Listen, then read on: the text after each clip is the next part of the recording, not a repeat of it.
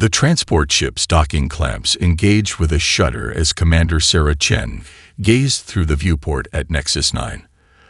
The space station's jagged silhouette resembled a massive metal sea urchin against the backdrop of a violet nebula. Sarah flexed her wrists against the specialized restraints designed for species twice her strength. The first human ever sentenced to the most notorious prison in the Galactic Confederation stood only 170 centimeters tall, but her calm demeanor unsettled the Velusian guards. Their forearms kept twitching toward their weapons, and their skin rippled with warning colors whenever she made direct eye contact. "Move, Deathworlder," the lead guard hissed, the universal translator making his voice sound like stones grinding together. Sarah stepped forward, her movements measured and deliberate. The artificial gravity felt slightly lighter than Earth standard. Giving her a subtle advantage, she filed away mentally. The corridor ahead stretched into a processing area where dozens of alien species waited in various containment fields. Some floated in specialized atmosphere bubbles, others stood in reinforced restraint harnesses, and a few particularly dangerous specimens were completely immobilized in stasis fields. "Prisoner 7429 Earth 1, announced an automated system as Sarah approached the central scanner. Classification: Deathworlder. Dangerous. Gravity adaptation: high. Atmospheric tolerances: extreme. Special handling protocols engaged." The surrounding aliens shifted uneasily at the designation. A floating orb hovered before Sarah, projecting a beam that swept over her body 3 times. "Stand still for biological assessment," instructed a monotone voice. "Warning: resistance will result in neural suppression." Sarah remained motionless as the scanner cataloged her physiology. The machine emitted a series of confused beeps. Anomaly detected. Recalibrating for Class 9 homeworld parameters. A Velusian official with elaborate facial markings indicating senior rank approached the console, mandibles clicking in agitation. "First human in Confederation custody," he noted, skin flashing patterns of caution and curiosity. "Your species joined Interstellar society recently. Perhaps you misunderstood our laws." "I understood perfectly," Sarah replied. "I simply disagreed with them." The Velusian's upper eyes narrowed while his lower set blinked rapidly, their gesture of surprised amusement. "Fascinating perspective. Your file indicates military training and enhanced combat modifications. You will be housed in Maximum Security Sector 5. 2 guards escorted Sarah through a series of decontamination fields and security checkpoints. Other prisoners watched her passage with expressions ranging from contempt to calculated assessment. A hulking Jovian with gravitationally compressed muscle structure rumbled something untranslatable as she passed.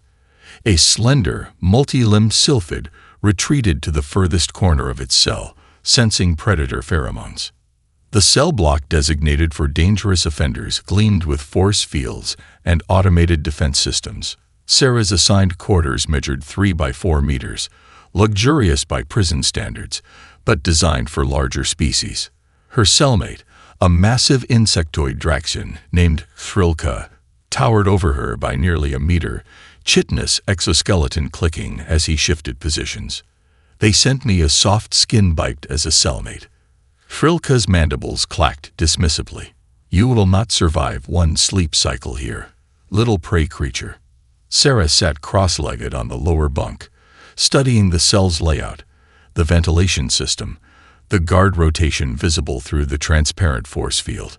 She didn't bother responding to the insectoid's assessment. "Your silence indicates fear," Thrilka continued, antennae twitching. "Wise, but insufficient. This place operates on clearly defined hierarchies. Your position is at the bottom."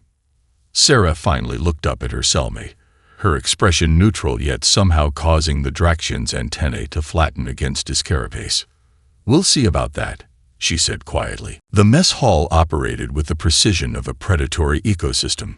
Sarah quickly identified the apex, Mordful, a 3-meter-tall craven with obsidian scales and eyes like molten copper.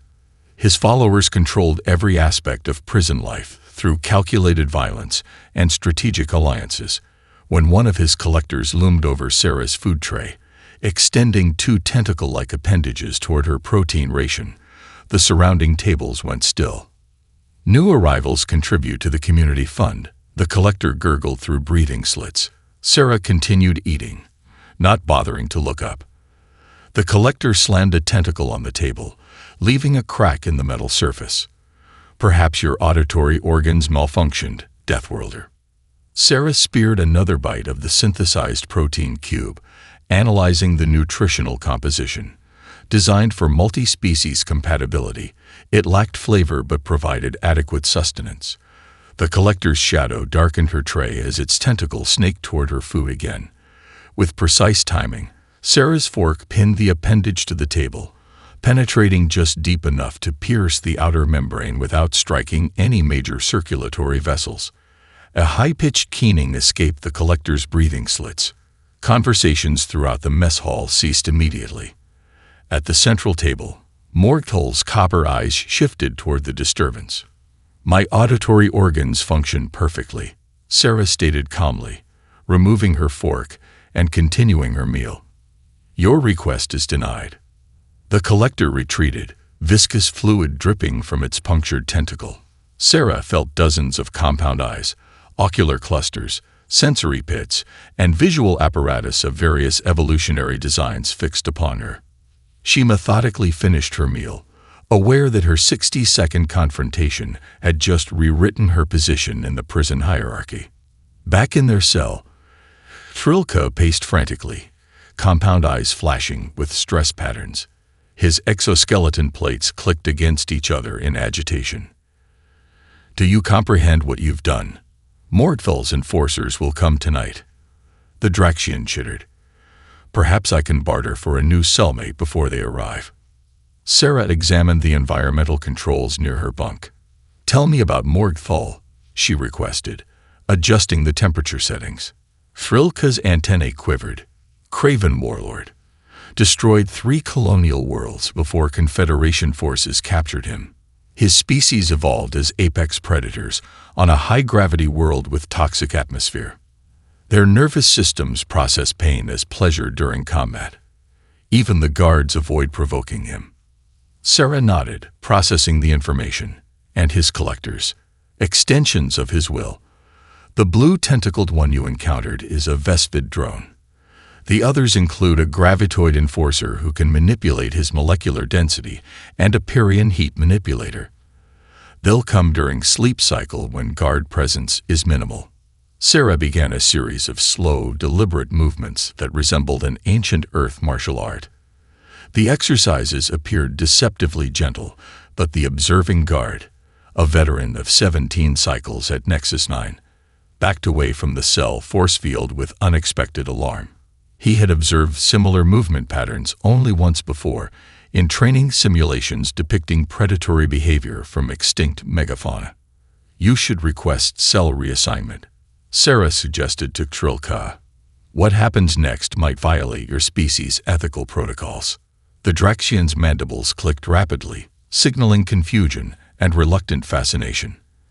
"I will stay," he decided. "Observing a Deathworlder's defensive strategies may provide valuable survival data." As the artificial lighting dimmed to simulate night cycle, Sarah positioned herself on her bunk, eyes closed but consciousness fully alert. Trilka retreated to the upper corner of the cell, his exoskeleton faintly luminescent in the darkness. The Draxian's respiratory rate increased when the security system emitted a barely perceptible tone. Someone had authorized an override of their cell's force field protocols. "They're coming," Trilka whispered. Sarah didn't respond. Her breathing remained steady, her position unchanged. But deep within her cells, microscopic adjustments were occurring as her body prepared for combat, a biological legacy from a world that had tried to kill her species for millions of years. Sarah was lying perfectly still on her bunk when the cell force field flickered and admitted 3 shadows. The first, a serpentine Vex with paralytic venom glands visible along its throat, slithered toward her. The second, a hulking gravitoid who could manipulate his own density, blocked the exit. The third, a Pyrrhian with heat-generating organs pulsing beneath translucent skin, moved to restrain her. "The Deathworlder needs correction," the Vex whispered, its forked tongue sampling the air particles around Sarah's seemingly sleeping form. "Mordful suggests we return her intact. Mostly." From his perch in the upper corner, Shrilko observed with all four compound eyes dilated to maximum light sensitivity. The Draxian's breathing had slowed to near hibernation levels, an instinctive response to predator presence. Sarah's eyes opened, reflecting the dim cell lighting like a nocturnal predator's. "Your species evolved in low-light environments," she noted to the Vex. "Let me show you what darkness means on Earth." Her movement registered to observers only after it had already happened. The Vex found itself airborne, its specialized spine bent at an angle its species never evolved to accommodate. A precise strike to its primary venom gland triggered an autonomic response that sent paralytic toxin flooding through its own neural pathways instead of its intended target. The gravitoid increased its density to maximum, reaching a mass comparable to compressed neutronium. It swung a fist that would pulverize standard bulkhead materials, but Sarah had already ducked beneath its swing, redirecting its momentum with a technique developed for zero-gravity combat. The gravitoid's extreme mass worked against it as it embedded its fist in the cell wall. "Increased density sacrifices maneuverability," Sarah explained conversationally. "Basic physics." The Pyrrhian's temperature spiked in alarm, its organs glowing bright orange as it channeled thermal energy into a focused wave. Sarah moved directly toward this attack, rather than away from it, her palm connecting with the Pyrrhian's primary heat exchange node. The creature shrieked as Sarah executed a technique developed for disabling hostile exosuit wearers, redirecting the thermal energy back through its regulatory system. "Thermal management problems," she noted. "Common evolutionary challenge." Within 26 seconds, all three enforcers lay unconscious. The Vex's paralytic venom would keep it immobilized for approximately 3 hours. The gravitoid remained embedded in the wall, density now fluctuating uncontrollably as its concentration lapsed. The Pyrrhian had entered emergency hibernation mode, its temperature regulation systems overloaded. Sarah returned to her bunk without elevated breathing or any apparent exertion.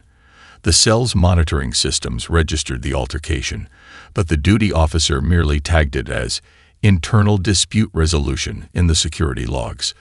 Standard protocol for Nexus 9's management philosophy of allowing inmate hierarchies to self-regulate within certain parameters. Shrilka descended slowly from his corner, mandibles clicking in a pattern indicating profound recalculation of survival probabilities. "You disabled 3 apex predators without specialized weapons," the Draxian observed. "The Vex's neurotoxin kills within seconds.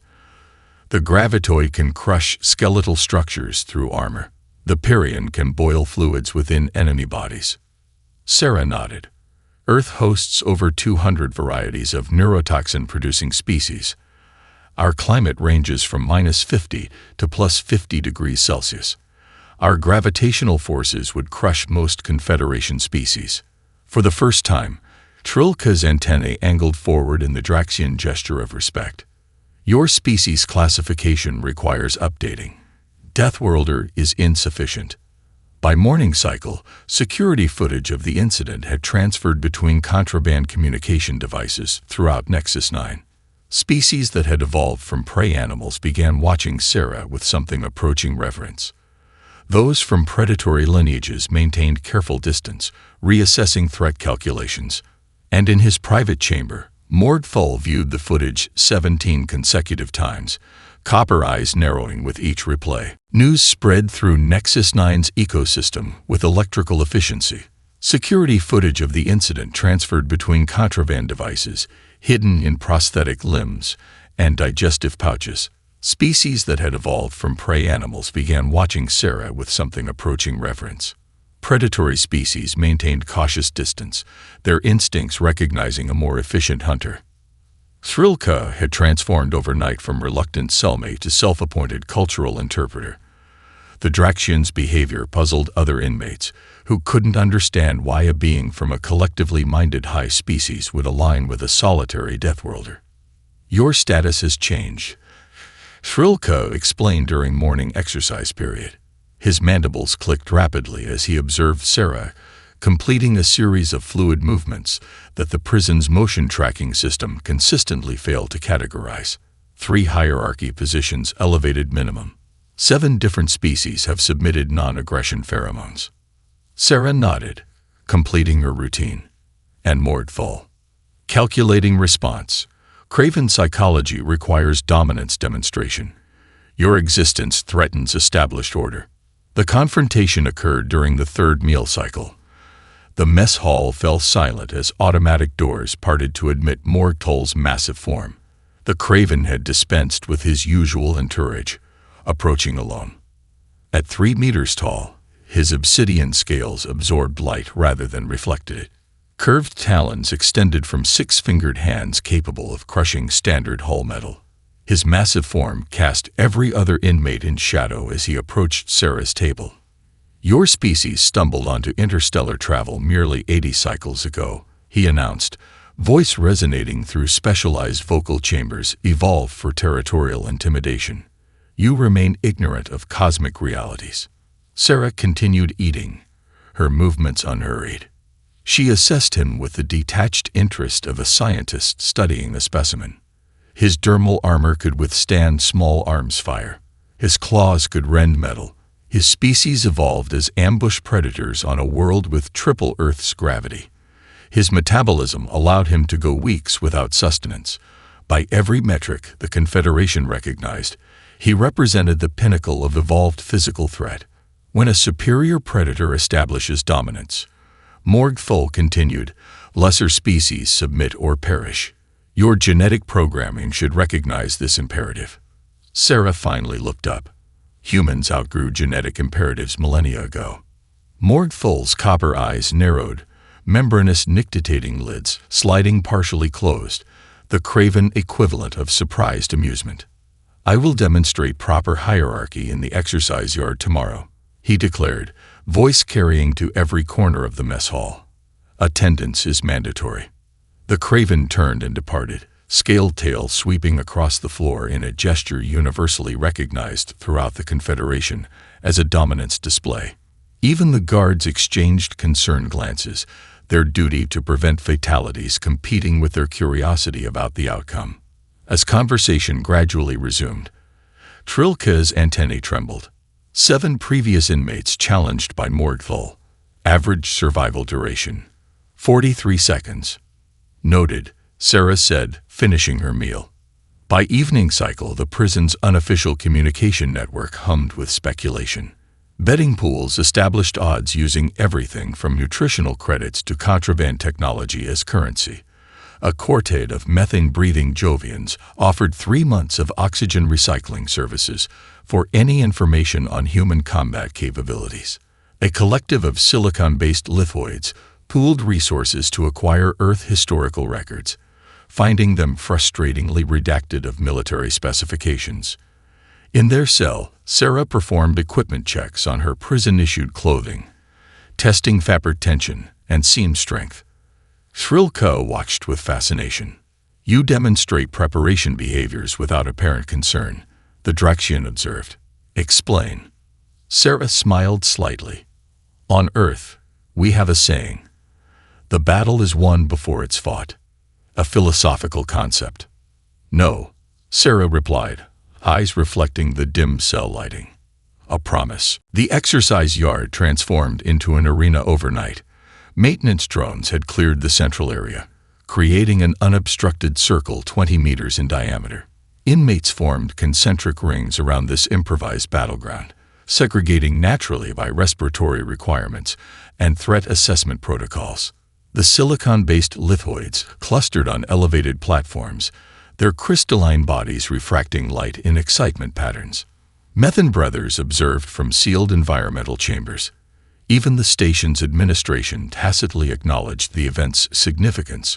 Guard patrols had doubled, but with instructions to intervene only if the conflict threatened structural integrity. Beings from 37 worlds placed resource credits on the outcome, with odds favoring Sarah's survival measured in microseconds. The collective wager pool had reached a value sufficient to purchase a small interstellar vessel.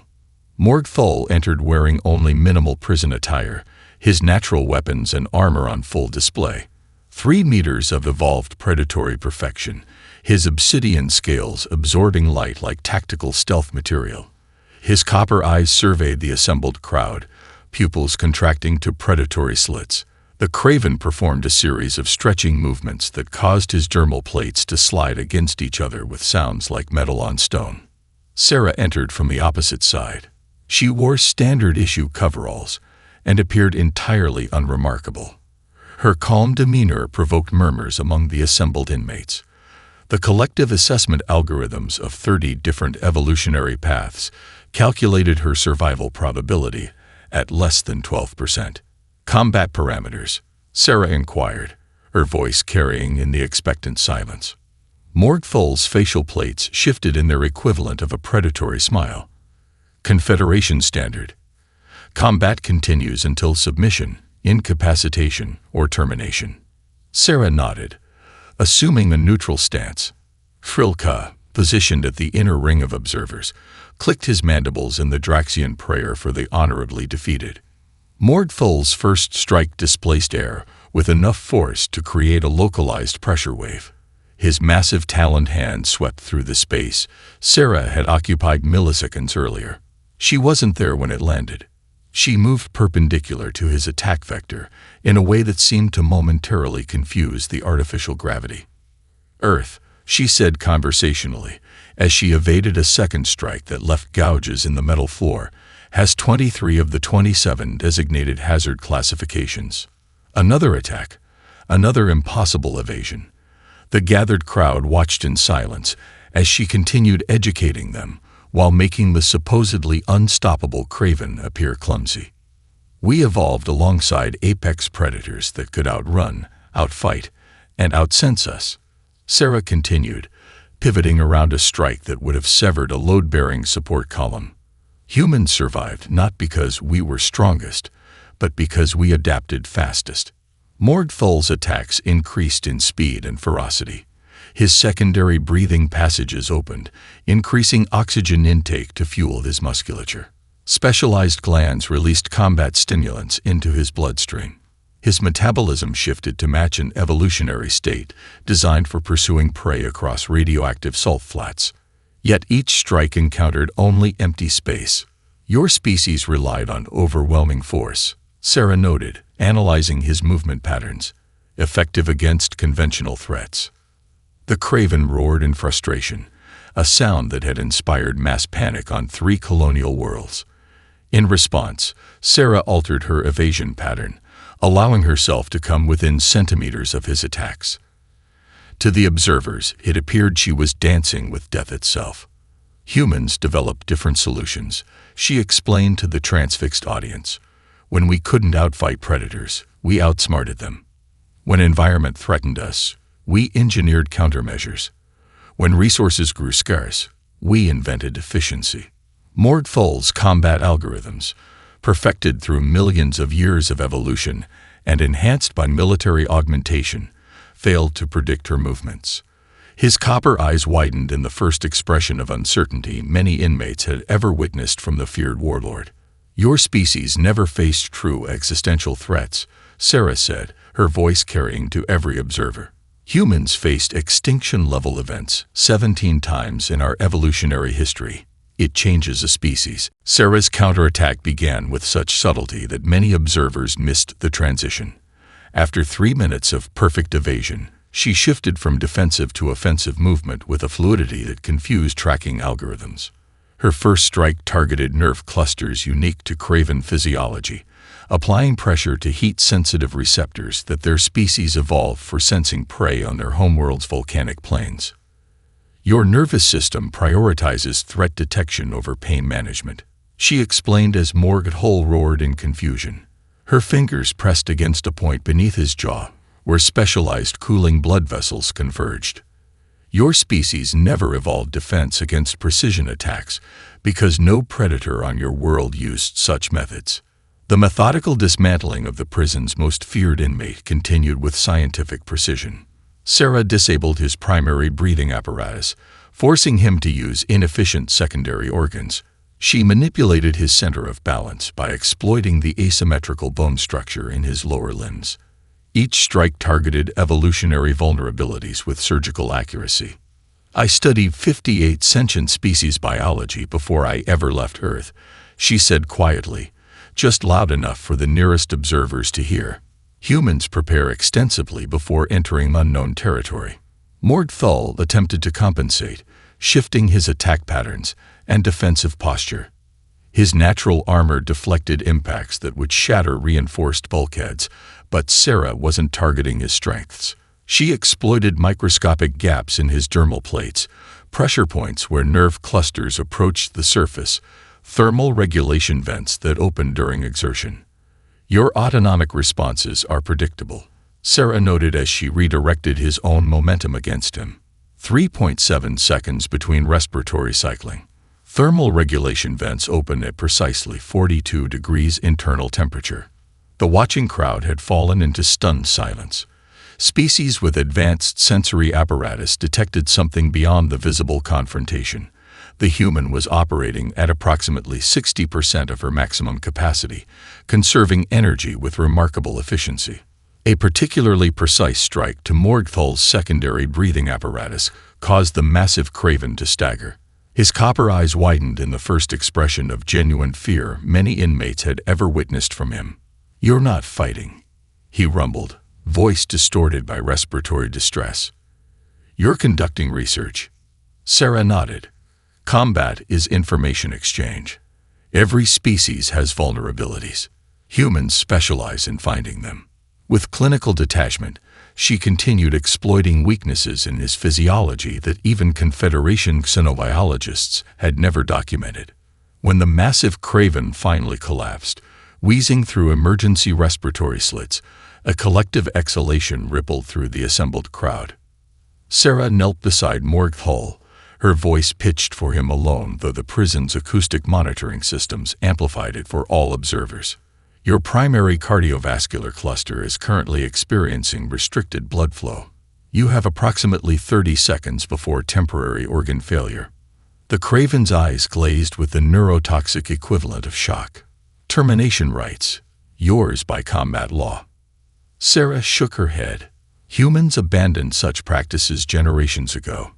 She applied precise pressure to a point beneath his primary sensory ridge, instantly restoring normal circulation. "We found cooperation more evolutionarily advantageous than domination."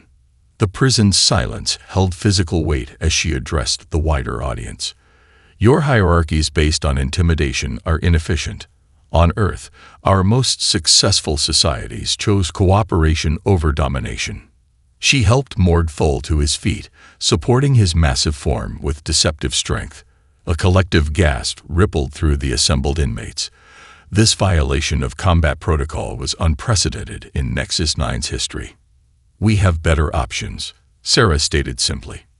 As she guided the still disoriented craven toward the medical station, Trilko approached cautiously, mandibles clicking in the Draxian expression of profound paradigm shift. "The Deathworlder concept requires significant revision," the insectoid observed to a nearby guard. "They are not merely dangerous. They are transformative." The prison's structural dynamics transformed within days. Sarah established a council representing each species block, with Trilka acting as her primary advisor on Confederation cultural protocols. Their first meeting occurred in the communal recreation area, with 23 representatives from 17 evolutionary lineages arranged according to compatible atmospheric and gravitational requirements. Nexus 9 houses 817 inmates from 42 worlds, Sarah began, addressing the assembled representatives. Previous resource distribution operated at approximately 28% efficiency. I propose improvements. Morgthal, recovering from injuries no other being had ever managed to inflict on him, occupied a position directly to Sarah's right. a placement that caused murmurs among the gathered representatives. The massive Craven's copper eyes surveyed the assembly, but without the predatory intensity that had defined him previously. The human's analysis is correct. Morg Thol rumbled, surprising many. Dominance hierarchies functioned adequately for basic survival, but limited optimal resource utilization. I support system revision. Surveillance officers watching from the control center exchanged confused glances. Warden Zex Kaltar, a veteran administrator who had overseen 12 prison facilities throughout the Confederation, observed the proceedings with multifaceted eyes capable of tracking 64 distinct points simultaneously. Unprecedented behavioral modification. The warden noted to her security chief, "Continue observation protocol Alpha. Intervention threshold remains at standard parameters." Within the first month, violence decreased 64% across all sectors. Resources previously hoarded began circulating equitably. Specialized knowledge and skills became valuable trade commodities. The Thenopian biochemist traded synthetic nutrient formulas to a collective of ammonia brothers in exchange for techniques to improve sleep quality. A drift navigator with specialized spatial temporal perception tutored others in meditation techniques that reduced aggressive impulses. In the recreation area, Sarah began teaching modified combat techniques adapted for various physiologies. A floatling with gas-filled appendages learned how to use buoyancy as defense. A crystalline lithoid discovered how to angle its facets to maximize intimidation displays without risking structural damage. Humans call this approach adaptive specialization. Sarah explained to a group of 15 diverse species practicing coordinated movement patterns. Each evolutionary lineage possesses unique advantages. The goal isn't standardization but optimization. Even the guards cautiously approved, with Warden Zex Kaltar personally observing several training sessions before implementing similar protocols in other prison blocks. Security incident reports declined 72%, allowing reassignment of resources to rehabilitation programming.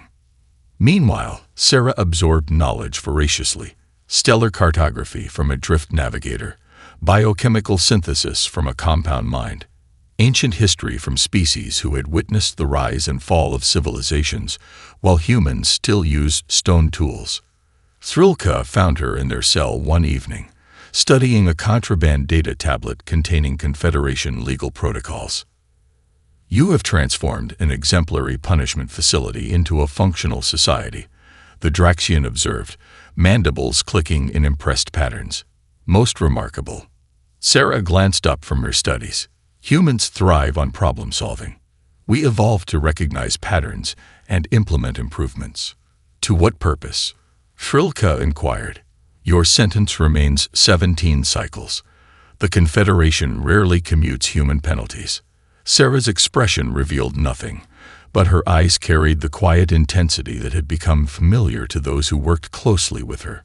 "Every system has vulnerabilities," she replied, "including legal systems." The Draxian's antennae twitched in sudden understanding. "You are pursuing legal challenge through Confederation appellate protocols." "Adaptation takes many forms," Sarah said simply, returning to her studies. "Sometimes physical, sometimes societal, sometimes systemic." Across the prison, similar conversations occurred among various species groups. The term human approach entered Nexus 9's lexicon, referring to solutions that prioritized efficiency over tradition and cooperation over conflict. Security monitoring algorithms flagged the linguistic shift for administrative review, classifying it as cultural transmission of non-sanctioned methodology. In her private office, Warden Zex Kaltar reviewed the data and made an unprecedented decision. She classified the reports as rehabilitation indicators rather than security concerns. The Confederation Diplomatic Corps arrived unexpectedly 6 months later. Their shuttle docked at Nexus 9's administrative port, bearing official markings that triggered automated security protocols.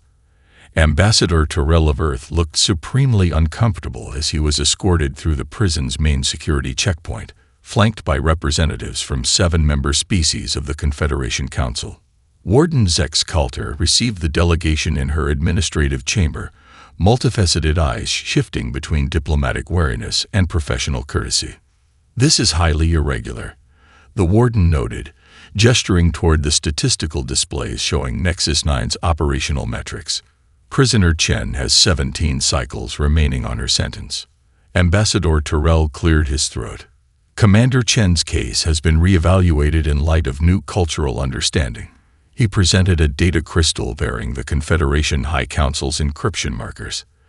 "The incident that led to her imprisonment, responding with lethal force when an Araxian diplomat attempted what humans interpreted as an attack but was actually a formal greeting, has been reclassified."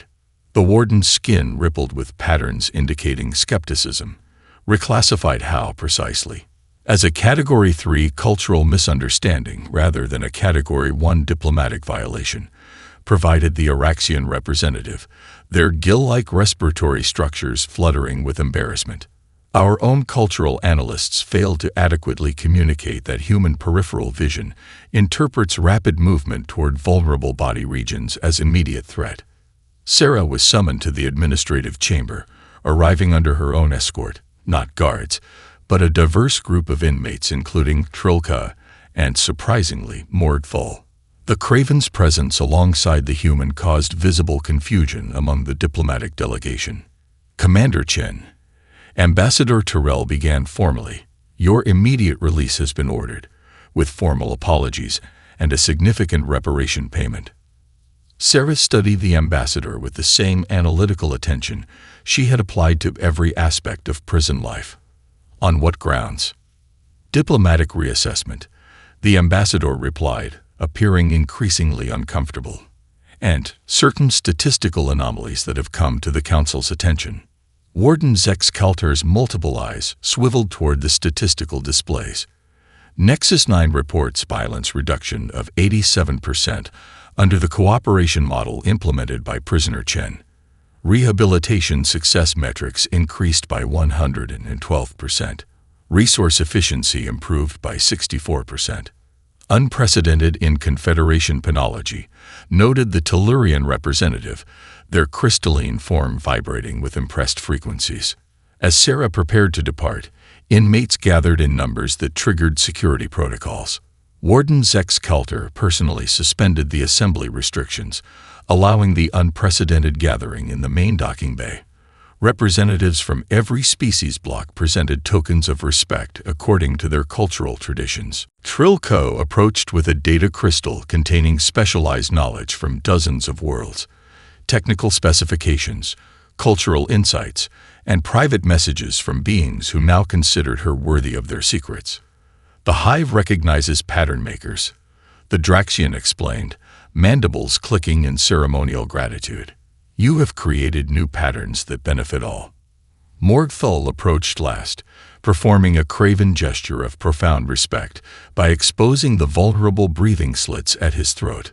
"The Confederation misclassified humans," he rumbled, copper eyes reflecting the docking bay lights. "You are not merely Deathworlders. You are world shapers." Sarah boarded the diplomatic shuttle amid formal farewells and promises of continued communication.